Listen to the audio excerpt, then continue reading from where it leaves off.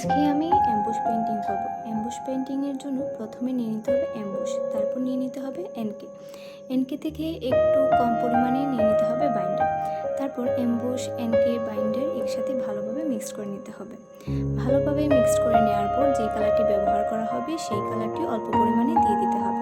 যেহেতু আমি সাদা রং দিয়ে কালার করব, সেই জন্য সাদা রংটি নিয়ে নিলাম এবং একসাথে ভালোভাবে মিক্স করে ফেললাম। ভালোভাবে মিক্স করার পর যে পেন্টিংটি করা হবে তা পেন্টিং করে নিতে হবে।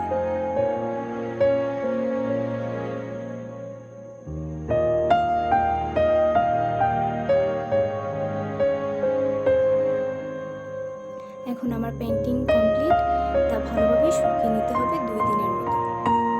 শুকিয়ে নেওয়ার পর অপর পাশে ভালো করে ইস্ত্রি দিয়ে দিতে হবে। এখন দেখুন পেন্টিংটি কি সুন্দর ফুলে উঠেছে।